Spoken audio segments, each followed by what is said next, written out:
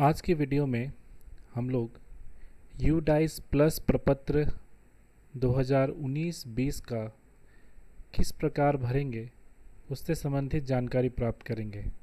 कौन से आंकड़े हमारे लिए अत्यंत आवश्यक हैं, किन आंकड़ों को एक बार जांच किया जाना जरूरी है और किन आंकड़ों को भरा जाना है, इससे संबंधित जानकारी इस वीडियो में आपको दी जाएगी। तो जैसा देख रहे हैं कि यूडाइस प्रपत्र जो है आपको प्रिंट करके दिया गया है, जिसके प्रथम पेज में आपके प्रखंड का नाम, संकुल का नाम और विद्यालय का नाम दिया गया है। इसके बाद विद्यालय प्रबंधन का भी नाम यहाँ पे दिया गया है। सरकारी विद्यालय के केस में डिपार्टमेंट ऑफ एजुकेशन और बाकी के केस में जो भी विद्यालय प्रबंधन है वो यहाँ पे अंकित रहेगा। ये प्रथम पेज है जो विद्यालय के जानकारी के बारे में आपको बताता है। इसके बाद द्वितीय पृष्ठ में विद्यालय का यूडाइस कोड यहाँ लिखा हुआ है। यहाँ अक्षांश और देशांतर आपका यहाँ पे खाली रखा हुआ है, इसे आपको भरना है। अगर आपको जानकारी है तो आप ये अक्षांश और देशांतर भरेंगे, नहीं तो इसे आप छोड़ देंगे। ये आंकड़े पहले से ही ऑनलाइन डाटा में भरे हुए रहते हैं। अगर किसी परिस्थिति में विद्यालय, निजी विद्यालय के में अगर वो अपने स्थान से दूसरे जगह चला गया है तो उस परिस्थिति में, या फिर नया विद्यालय खुला है तो उस परिस्थिति में यहाँ अक्षांश और देशांतर आपको भरे जाने हैं। इसके बाद हम लोग आते हैं जो हमको भरना जाना है पॉइंट 1.10, जहाँ संसदीय क्षेत्र का नाम आपको लिखना है कि आपका विद्यालय किस संसदीय क्षेत्र में पड़ता है। फिर विद्यालय का पता आपको लिखना है। पता में लिखने के क्रम में विद्यालय का टोला, विद्यालय का ग्राम और उसका पिन कोड क्या है, इसे आप पूर्ण रूप से इसे लिख सकते हैं। जैसे ये पालकोट का विद्यालय है मलई, तो इस क्रम में हम यहाँ पे लिख सकते हैं मलई, पालकोट, गुमला, जिला गुमला और पिन कोड जैसे इसका 835-220 है वो यहाँ पे हम लोग लिखेंगे। इसके बाद यहाँ पे विद्यालय के जिन्होंने इस प्रपत्र को भरा है उनका नाम लिखा हुआ है। अधिकांश के केस में यहाँ पे हम लोग विद्यालय के प्रधानाध्यापक का ही नाम लिखते हैं और उनका यहाँ मोबाइल नंबर लिखते हैं। अगर इसे आपको बदलने की आवश्यकता हो तो इसे काट कर इसके बगल में आप यहाँ पर लिख देंगे। और अगर विद्यालय के प्रधानाध्यापक बदल गए हैं या वो रिटायर कर गए हैं तो उस केस में इसे भी काट कर यहाँ पे आप उसका सही नाम यहाँ पे लिख देंगे। इसी प्रकार पे उनका संपर्क संख्या यहाँ पे अगर बदलने की आवश्यकता हो तो उसको भरेंगे। और विद्यालय का अगर ईमेल आईडी आपको उपलब्ध हो तो ईमेल आईडी को यहाँ पे भर देंगे। प्रतिवादी का मतलब होता है इस फॉर्म को वास्तव में भरने के लिए जिम्मेदार व्यक्ति, जो विद्यालय के प्रधानाध्यापक ही होते हैं। इसके बाद पेज नंबर 3 में आएंगे। पेज नंबर 3 में सारे आंकड़े आपके भरे हुए हैं पहले से। सिर्फ ये आपको जांच कर लेना है कि विद्यालय में सबसे छोटी कक्षा और विद्यालय में सबसे बड़ी कक्षा सही रूप से भरी हुई है कि नहीं। बड़ी कक्षा कहने का तात्पर्य हुआ कि विद्यालय में 2019-20 में कौन सी कक्षा तक पढ़ाई हो रही थी, अधिकतम कौन सी कक्षा तक पढ़ाई हो रही थी। बाकी आपके आंकड़े यहाँ पे भरे हुए हैं। स्कूल का प्रबंधन भी यहाँ पे आपका भरा हुआ है। बाकी जो भी आपका प्रबंधन होगा वो यहाँ पे आपका विद्यालय का यहाँ भरा हुआ होगा।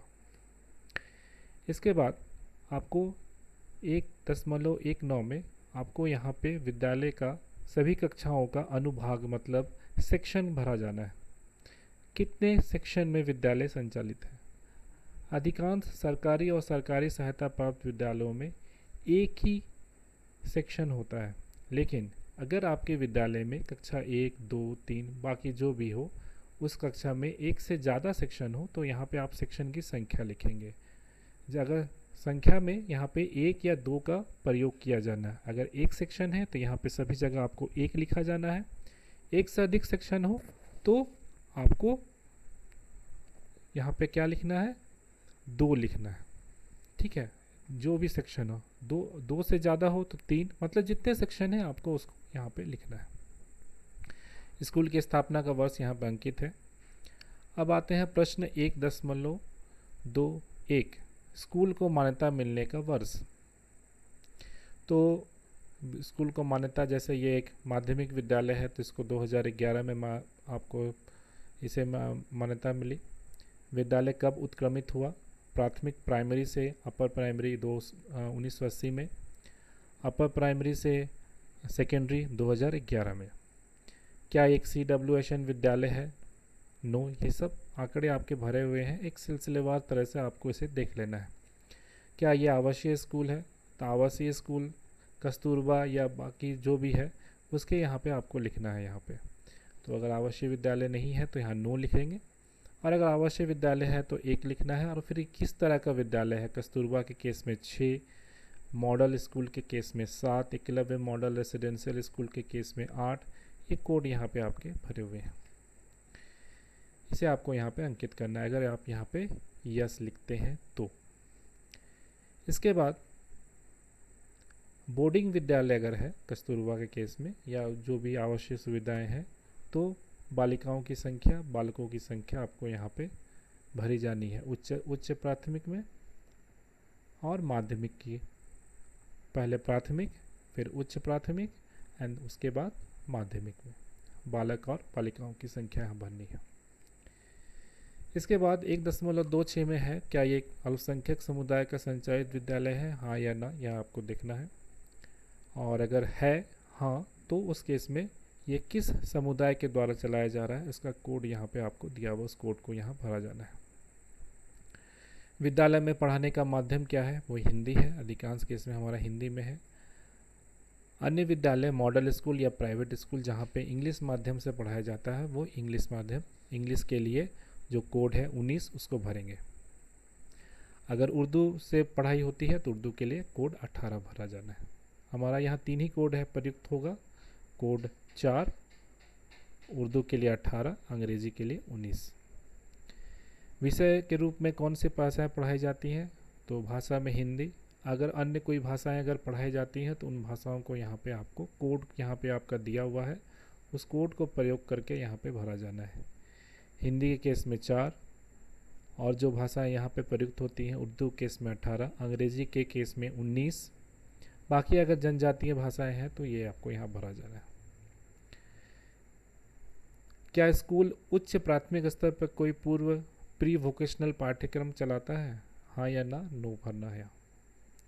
इसके बाद माध्यमिक कक्षाओं संबंधी स्कूली बोर्ड, ये थोड़ा ध्यान से यहाँ पे भरा जाना है। सरकारी विद्यालयों के केस में अधिकांश में ये स्टेट बोर्ड है, लेकिन सरकारी सहायता प्राप्त और निजी विद्यालय जो CBSE या ICSE बोर्ड से मान्यता प्राप्त हैं, उस केस में यहाँ पे अगर आप CBSE और ICSE बोर्ड लिखते हैं तो मान्यता का कोड आपको यहाँ पे भरना है, जो कोड आपको यहाँ पे है। और इनके अलावा कोई अगर बोर्ड है तो उस बोर्ड का नाम यहाँ पे आपको भरना है। इसके बाद 1.34 में आपके इस विद्यालय आपके नज़दीकी सरकारी या सरकारी सहायता प्राप्त विद्यालय से दूरी है, वो उसको किलोमीटर में आपको यहाँ पे भरना है। ये पहले से भरी हुई हैं, अधिकांश केस में ये आंकड़े सही होते हैं। ये क्योंकि ये पिछले साल जो भरे गए आंकड़े हैं उन्हीं को ही यहाँ पे दर्शाया जाता है। अगर विद्यालय निजी विद्यालय के केस में अगर ये आंकड़े बदले हैं तो इन्हें आपको बदल के यहाँ आपको लिखना है। बाकी सभी आंकड़े आपके भरे हुए हैं, एक बार आप इसको ध्यानपूर्वक देख लेंगे कि कहीं पे बदलाव की आवश्यकता है कि नहीं। अब हम लोग आते हैं जहाँ पे हमको ध्यान देना है। बाकी सभी आंकड़े यहाँ पे देखते जाएंगे एक एक करके, सभी भरे हुए हैं। इसके बाद अगर ये जो है 1.14 और 1.42 अगर प्राइवेट विद्यालय है और मान्यता प्राप्त है तो उस केस में RTE के अधिनियम के तहत प्रवेश स्तर पर कितने विद्यालयों को नामांकित किया गया है। RTE के धारा 12 के तहत नामांकित विद्यालयों की संख्या, कुल नामांकन का 25% कोटा होता है, उसको आपको यहाँ पे भरना है क्लास वाइज, पूर्व प्राथमिक, पहला, दूसरा, तीसरा, चौथा, पाँचवा, इस तरह से आपको जो भी कक्षाएं हैं। फिर स्कूल में नामांकित आर्थिक रूप से पिछड़े वर्ग को विद्यालयों की संख्या को यहाँ पे आपको भरना है। इसके आगे आते हैं, क्या कोई स्कूल से बाहर के बच्चे आउट ऑफ स्कूल विद्यालय में नामांकित है और विशेष प्रशिक्षण ले रहे हैं? अगर यहाँ पे आपके विद्यालय में विशेष प्रशिक्षण चल रहा हो तो उसको भरना है, नहीं तो इसे नो करके आगे बढ़ जाना है।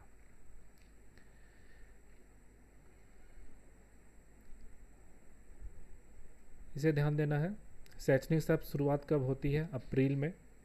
शैक्षणिक सत्र में पाठ्य पुस्तकों का पूरा सेट प्राप्त हुआ? हाँ, ये यस भरना है। ये सरकारी विद्यालयों के लिए है, सरकारी और सरकारी सहायता प्राप्त विद्यालयों के लिए। क्या वर्तमान शैक्षणिक सत्र में पाठ्य पुस्तकें कब प्राप्त हुई थी? जिस समय प्राप्त हुई थी पिछले साल। ये 2000 पिछले साल के बारे में बात हो रही है, 2019-20 के बारे में। तो अप्रैल यहाँ पे अगर प्राप्त हुई तो अप्रैल। तो ये सारे आंकड़े आपके भरे हुए हैं। यहाँ पे आपको ध्यान देना है। इसको फिर से हम लोग यहाँ पे देखते हैं कि यह सामग्री विद्यालय में उपलब्ध है नहीं। तो निःशुल्क पाठ्य पुस्तकों, शिक्षक सामग्री, प्रशिक्षण सामग्री, TLM टीचिंग लर्निंग मटेरियल और खेल सामग्री, इसकी उपलब्धता के बारे में यहाँ पे प्राइमरी स्तर, उच्च प्राथमिक स्तर और माध्यमिक स्तर पे देखा जाता है। हाँ के केस में 1 भरना है, नहीं के केस में 2 भरना है। ये आप देख लें, पढ़ लें और इसको यहाँ पे भर दें। इसी अधिकांश केस में ये खाली रह जाते हैं, इसलिए इसको ज़रूर भरें। इसके बाद 1.49 में है शैक्षणिक निरीक्षणों की संख्या। CRP के द्वारा निरीक्षणों की संख्या आपके विद्यालय में। ब्लॉक स्तर अधिकारियों BRC या BO के द्वारा निरीक्षणों की संख्या। जिला या राज्य स्तरीय के निरीक्षणों की संख्या, ये आपको यहाँ पे भरना है। SMC का गठन सरकारी विद्यालयों के, इसमें सभी विद्यालयों में SMC का गठन किया हुआ है। अब ये आपके आंकड़े यहाँ पे पिछले साल के आंकड़ों से भरे हुए हैं। इसे आप देख लें कि ये सही है कि नहीं। SMC के में 16 सदस्यों का एक गठन किया जाता है और विद्यालय प्रबंधन समिति, जिसमें माता पिता जो होते हैं वो 12 और वो ST SC OBC EWS minority के केस में कितने कितने हैं वो आपको यहाँ पे भरने हैं। ये देख लें आंकड़े आपके सही है कि नहीं। अगर इसमें किसी प्रकार के सुधार करने की आवश्यकता हो तो काट के बगल में लिख दें। इसके बाद गत शैक्षणिक वर्ष में SMC द्वारा बैठकों की संख्या कितनी है उसको भरेंगे यहाँ पे। ये आपका SMC का जो विद्यालय प्रबंधन समिति का जो खाता है, उस खाता के बारे में सारी जानकारी यहाँ पे दी गई है। इसे देख लें सही है कि नहीं। अधिकांश में ये सही रहता है। इसके बाद 1.51 ये उच्च विद्यालयों, सरकारी उच्च विद्यालयों के SMDC में जहाँ गठन हो चुका है उनके बारे में है। School management and development committee, इसमें एक एक करके ये आंकड़े आपको भरने हैं। आप पढ़ लें एक एक करके और इसे पुरुष और महिला में बांटकर इसको आप भर दें। सारे आंकड़े यहाँ पे हैं, आपको इसके बारे में जानकारी है। कितनी बैठक हुई है, क्या ये स्कूल सुधार योजना तैयार करती है, अलग से खाता है कि नहीं। अगर SMDC का अलग से खाता है, उस खाते की जानकारी आपको यहाँ पे भरनी है। अगर ये आपको जानकारी प्राप्त है तो यहाँ पे आपको बैंक का नाम लिखना है, शाखा लिखना है, शाखा खाता का संख्या लिखना है, खाता धारक का नाम लिखना है, IFSC कोड क्या है इसको भरना है। क्या स्कूल भवन समिति है, स्कूल बिल्डिंग कमेटी गठित किया गया है, उसको यहाँ भरना है। स्कूल अपनी शैक्षणिक कमेटी का गठन करता है कि नहीं वो भरना है। क्या स्कूल ने अपने अभिभावक PTA का गठन किया है कि नहीं, हाँ या ना, इसमें आपको भरना है। और अगर PTA का गठन किया है तो कितनी PTA बैठक की है उसे यहाँ पे आपको भरना है। इसके बाद विद्यालय की भौतिक सुविधाएं, मतलब विद्यालय में बिल्डिंग संबंधी सभी जानकारी आपको यहाँ पर भरी हुई है। सभी यहाँ आंकड़े भरे हुए हैं। किसी प्रकार की भी जानकारी को आपको अगर बदलना हो काट के बगल में लिख देंगे। जैसे यहाँ विद्यालय भवन की स्थिति गवर्नमेंट है। विद्यालय में कुल भवन ब्लॉकों की संख्या 2 है, पक्का जिसमें 1 है, कच्चा भवन जिसमें 1 है। तो ये आपको आंकड़े अगर आपको बदलने हैं तो आप यहीं से बदल सकते हैं। 4 दीवारी का प्रकार, जैसे नो बाउंड्री वॉल, अगर बाउंड्री वॉल है या कोई भी और भी इस कैटेगरी में आपका कोई भी अगर आता है उसे आप काट के यहाँ पे लिखेंगे। पठन कक्षों की संख्या यहाँ भरी हुई है। निर्माणाधीन पठन कक्षों की संख्या यहाँ भरी हुई है। इसके बाद इस में से 4 में से कितनी कक्षाएं हमारी यू प्रयोग में आती हैं? प्राथमिक के लिए 2, उच्च प्राथमिक के लिए 1 और माध्यमिक के लिए 1। आगे भी इसकी परिस्थितियां भरी हुई हैं, जैसे ये 4 जो है वो अच्छी स्थिति में है। क्या स्कूली सुविधाओं को बढ़ाने के लिए भूमि उपलब्ध है? अगर उपलब्ध है तो यस, ये भी आपके यहाँ भरी हुई है। तो ये सभी आंकड़े आपके पहले से ही भरे हुए हैं, पिछले साल के आंकड़ों को देख के ही इसमें भरा हुआ है।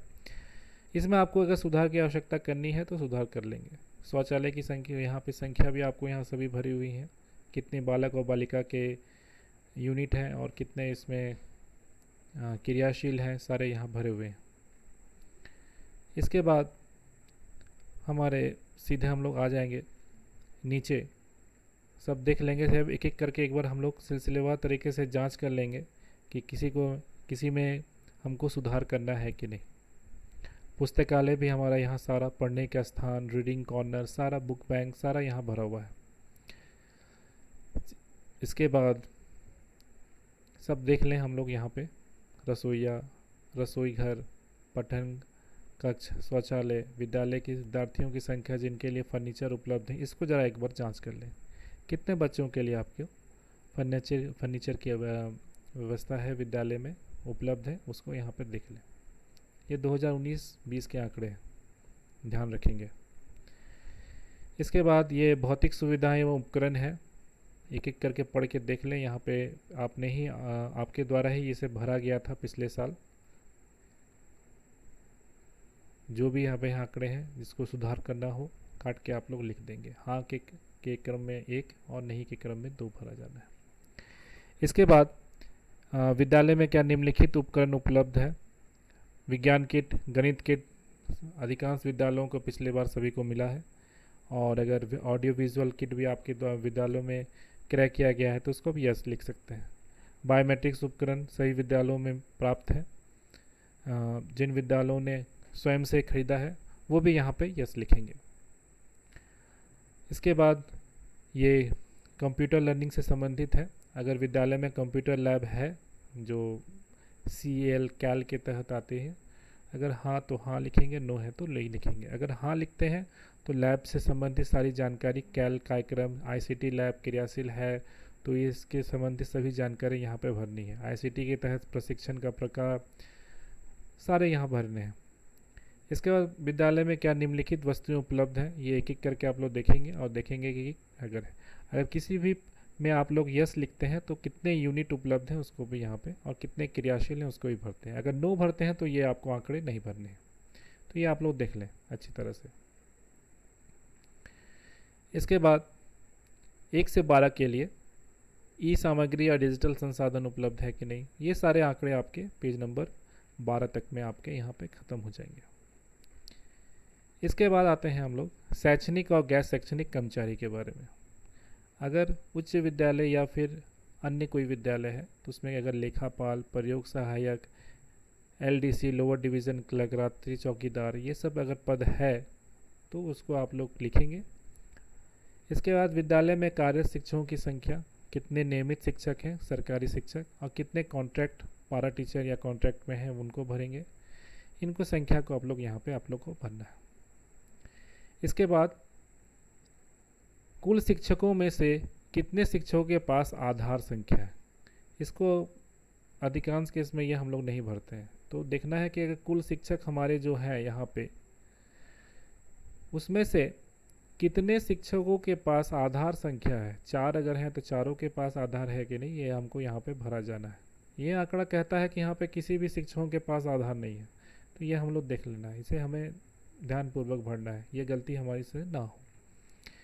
इसके बाद शिक्षकों के प्रकार के जो हमारी संख्या हमने यहाँ पे भरी, उस संख्या को भरने के पश्चात शिक्षकों को हम लोग एक एक करके उनके नाम के साथ पेज नंबर 15 में देखेंगे। ये हमारा पहले से ही भरा हुआ है, इसमें किसी भी तरह का सुधार करना हो तो आपको सुधार करना है। इसमें से अगर कोई शिक्षक सेवानिवृत्त या रिटायर हो गए हों तो उनका नाम को यहाँ से काट देना है, इस तरह से। लेकिन एक चीज़ याद ध्यान रखेंगे कि इसमें उन्हीं शिक्षकों का नाम होगा विद्यालय में यूडाइस में जो विद्यालय में 2019-20 में कार्यरत थे।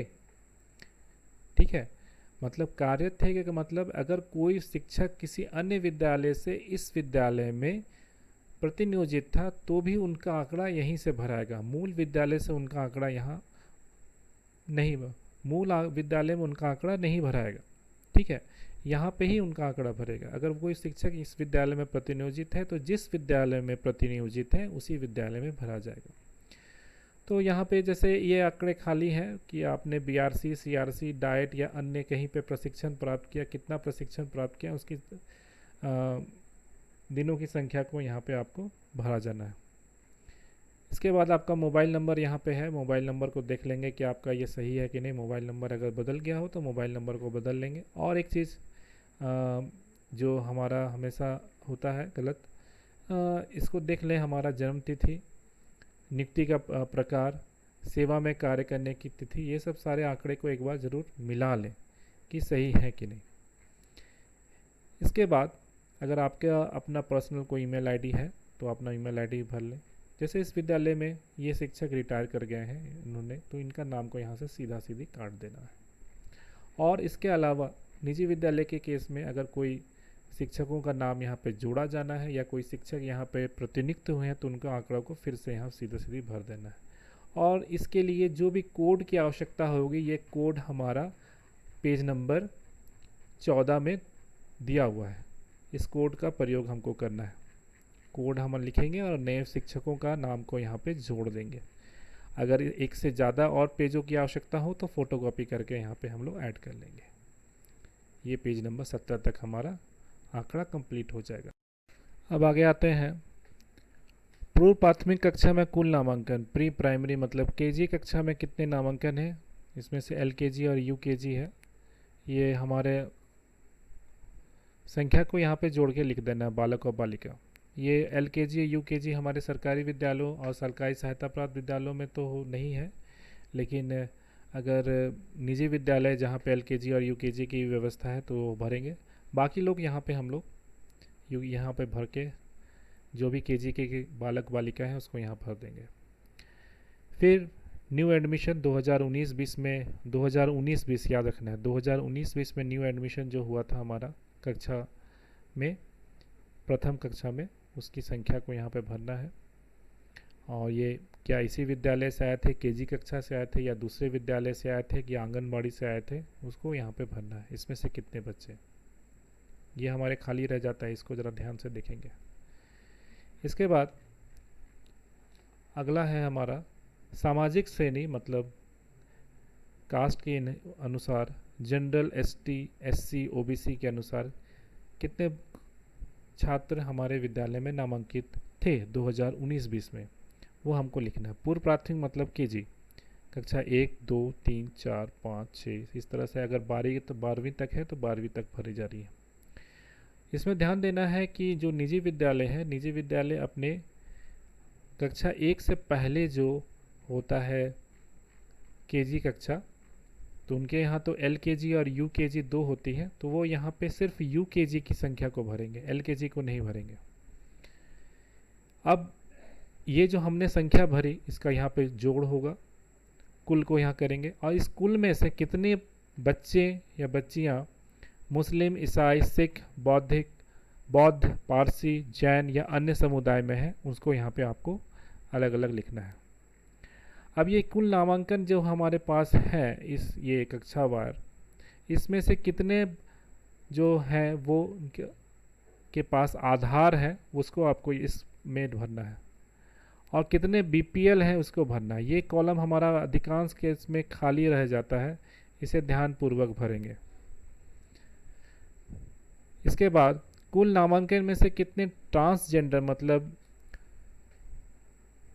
अन्य कैटेगरी के हैं। ट्रांसजेंडर मतलब हम लोग जानते हैं कि बालक और बालिका के अलावा जो अन्य जो लिंग होता है उसमें अगर कोई है तो उसको यहाँ भरा जाना है। अधिकांश में ये नहीं होता है तो इसको ध्यानपूर्वक देख लें, नहीं तो इसको छोड़ दें, इसको काट देंगे।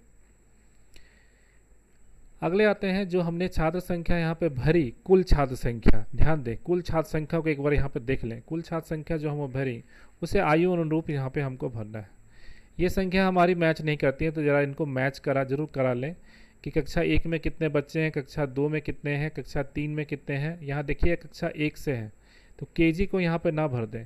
कक्षा 1 से लेकर 12वीं तक, यहाँ पे तो 10 तक है, 12वीं तक अगर है तो 12वीं से तो लिखा भी हुआ है। ध्यान दें, संपूर्ण छात्रों कक्षा अनुसार कक्षा के संपूर्ण 4.2 DCF के साथ मेल खाना चाहिए। मतलब कक्षा 1 में अगर ध्यान दें, कक्षा 1 में अगर यहाँ पे कुल बालक यहाँ पे 5 हैं या 5 लड़कियाँ हैं तो यहाँ पर भी कक्षा 1 में ये जोड़ने पर यहाँ पे 5 लड़कियाँ और 5 लड़के और 5 बालिका होनी चाहिए। ये सभी कक्षाओं में ऐसा होना चाहिए। इसे ध्यानपूर्वक देखें सभी को। इसके बाद शैक्षणिक सत्र में क्रमानुसार नामांकन, तो ये अधिकांश में एक ही अगर माध्यम है तो सही होगा, बाकी अगर दूसरे माध्यम से भी हो तो उसको लिख सकते हैं, इसको काट देंगे, इससे ज़रूरत हमको यहाँ पर नहीं पड़ती है। इसके बाद कितने रिपीटर्स हैं, पिछले सत्र से कितने रिपीटर्स हैं, रिपीटर्स की संख्या को यहाँ पर मिला लें। ध्यान दें, रिपीटर्स और नया नामांकन हमारे विद्यालय के नामांकन के बराबर होंगे। ये भी हमारा मैच कर लें ताकि हमारा जोड़ बराबर हो। उसमें आप देख लें कि कितने रिपीटर्स हैं, उसको भी हमें यहाँ पे अलग अलग समुदाय में बांट देना है, मुस्लिम, ईसाई, सिख, बौद्ध, पारसी।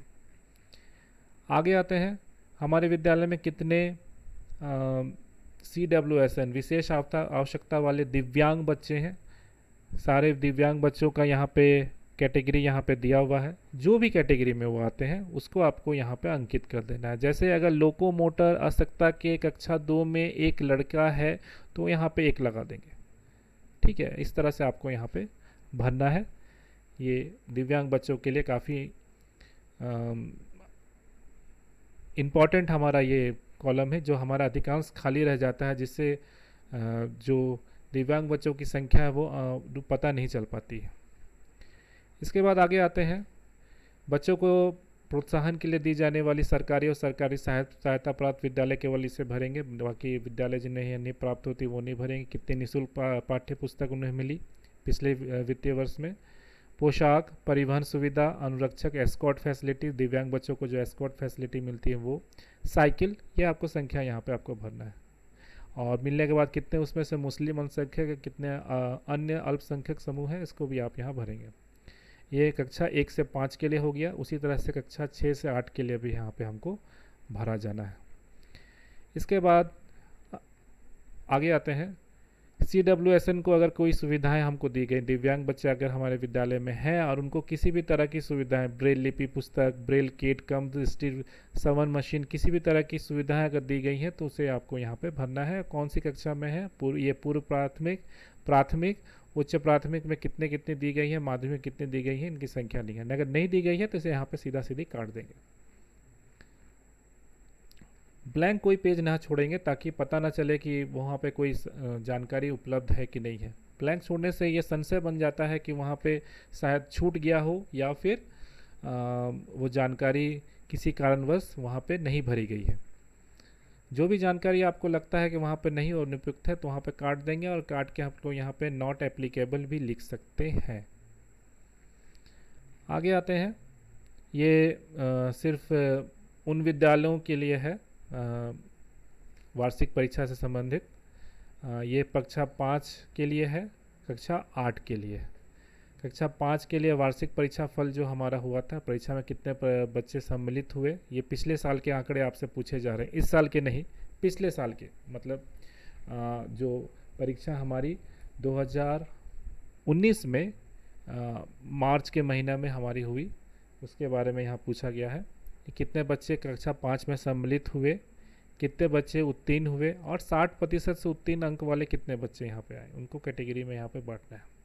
उसी तरह से पिछले साल 8वीं कक्षा में, मतलब जो पिछले साल जो थे सत्र में 2018-19 में जो बच्चे थे 8वीं कक्षा में, तो उसमें से कितने बच्चे सम्मिलित हुए, जो हमारा जैक बोर्ड के द्वारा परीक्षा लिया गया था सरकारी विद्यालयों में या सहायता प्राप्त विद्यालयों में, या अन्य विद्यालय भी अगर हैं तो वो अपना संख्या यहाँ पे भरेंगे। ये हो गया हमारे मध्य विद्यालय तक के लिए आंकड़े। इसके बाद ये जो आंकड़े हैं ये सिर्फ उच्च विद्यालयों को भरा जाना है। ये 10वीं बोर्ड के बारे में आपको जानकारी प्राप्त किया जा रहा है। जो उच्च विद्यालय हैं जहाँ क्लास 10 चलता है वो 10वीं विद्यालय में सम्मिलित की, ये आंकड़े भी बहुत खाली रहते हैं, इसे भी ध्यानपूर्वक भरेंगे कि परीक्षा में सम्मिलित विद्यार्थियों की संख्या, कितने नियमित विद्यार्थी सम्मिलित हुए सामान्य जाति में, एससी में, एसटी में, ओबीसी में, और कितने उसमें से उत्तीर्ण हुए, इस कितने सम्मिलित हुए और कितने उत्तीर्ण हुए, उसको यहाँ पे आपको यहाँ पे भरना है, यहाँ पे आपको भरना है। इसके बाद अगर कोई स्वतंत्र रूप से भी आपके विद्यालय में आया तो उसको भी आप संख्या यहाँ पे भर सकते हैं, मतलब जो नियमित नहीं थे। इसके बाद गत शैक्षणिक वर्ष में अंक में माध्यमिक स्कूल दक्षिणी में उत्तीर्ण नियमित छात्रों की संख्या को आपको यहाँ पे अंक श्रेणी के आधार पर लिखना है कि 40% से कम कितने आए, 40 से 60% तक कितने आए, 60 से 80% तक कितने आए और 80% से कितने आए। जो बच्चे यहाँ पे उत्तीर्ण हुए ये देखना है, ये संख्या यहाँ पे मैच करनी चाहिए, ये कुल और यहाँ का कुल ये यहाँ पर दोनों मिलना चाहिए। फिर गैर शैक्षणिक अंक में माध्यमिक स्कूल उसमें गैर नियमित, अगर गैर नियमित कोई छात्र है जो यहाँ पे हम लोग भर रहे हैं, इस कॉलम में जो भर रहे हैं गैर नियमित, वो अगर भर रहे हैं तो अगर कोई उत्तीर्ण किया है तो उसकी संख्या को आपको यहाँ पे अंक के आधार पर यहाँ भरा जाना है। उसी तरह से 12वीं कक्षा के लिए भी इसको यहाँ भरा जाना है। यहाँ तक तो 10 तक ही है, 12वीं कक्षा के लिए भी इस तरह से आपको भरना है। अगर 12वीं कक्षा आपके विद्यालय में संचालित है तो 12वीं के बारे में भी आंकड़े आपको भरने हैं। इसके बाद हमारा प्राप्त और व्यय के बारे में है कि विद्यालय में कंपोजिट ग्रांट, स्कूल ग्रांट कितना मिला है। सरकारी विद्यालयों के केस में सिर्फ सरकारी विद्यालयों को जो स्कूल ग्रांट हमको मिलता है वो हमारे जो है जो मिला, कितने आपने खर्च किया। पुस्तकालय अनुदान और भी जो भी तरह का अनुदान आपको है, अधिकांश केस में हमारा स्कूल कंपोजिट स्कूल ग्रांट, उसके बाद एसएमसी एसएमडीसी के लिए प्रशिक्षण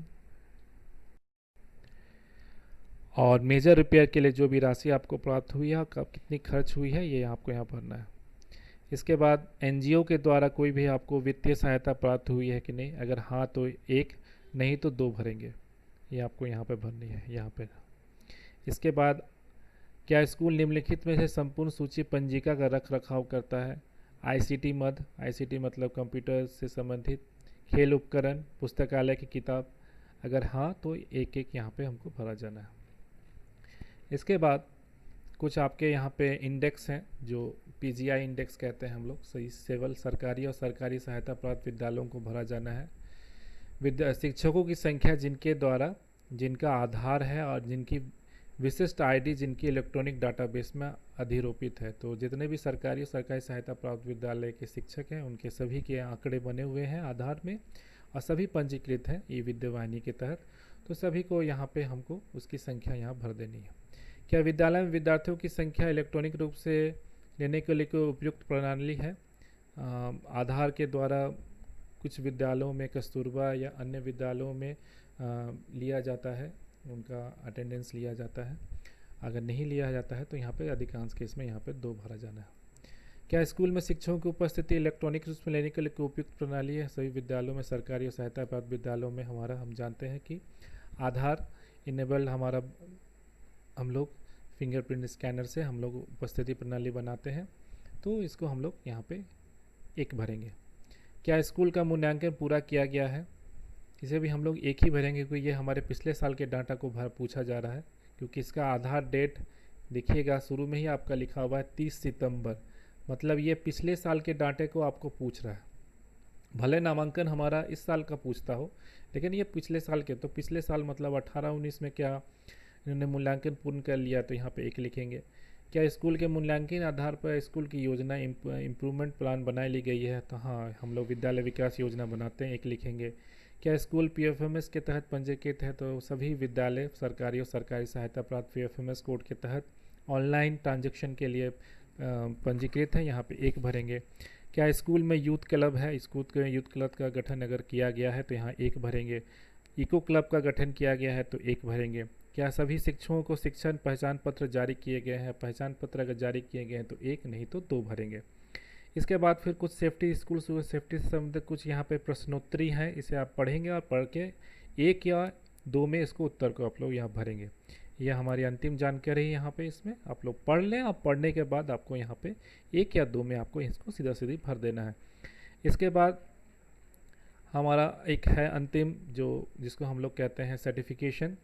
यहाँ पे विद्यालय के प्रधानाध्यापक के द्वारा प्रमाणित करना है कि मैं ये प्रमाणित करता हूँ कि इस डाटा डीएसएफ में दी गई जानकारी मेरे पूर्ण सही, इसमें कोई बदलाव नहीं होगा, तो मैं इसे तुरंत सूचित करूँगा। स्थान, विद्यालय के स्थान का नाम, तारीख, नाम, हस्ताक्षर, यहाँ पे साइन और मोहर कर देना है। इसके बाद सीआरपी के द्वारा फिर इसे यहाँ पे सत्यापित किया जाना है।